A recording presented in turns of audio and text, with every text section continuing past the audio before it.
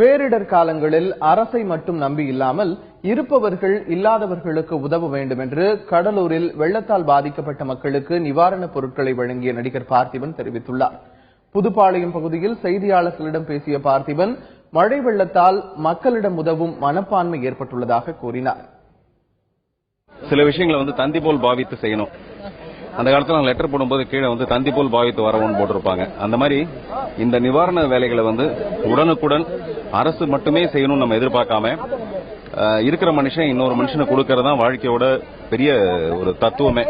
அந்த வகையில கடவுள் அல்லது இந்த சமுதாயம் எனக்கு என் சாப்பாட்டை மாரி இன்னொரு சாப்பாட்டுக்கு எனக்கு வசதி பண்ணி கொடுக்கறதுனால அதை இல்லாதவங்களோட பங்கு போட்டுக்கிறதா என்னுடைய வாழ்க்கையோட லட்சியம். அந்த வகையில இந்த உதவியை நான் மட்டும் தனியா செய்யாம இந்த லைன்ஸ் கிளப்போட சேர்ந்து இந்த நல்ல விஷயத்தை செய்யறதுல எனக்கு மகிழ்ச்சி. மக்களுக்குள்ள ஒரு பெரிய விழிப்புணர்ச்சி ஏற்பட்டிருக்கு. நம்ம ஒருத்தருக்கு ஒருத்தர் உதவி செய்யணுங்கிற விஷயம் மிக பெருசா ஏற்பட்டிருக்கு.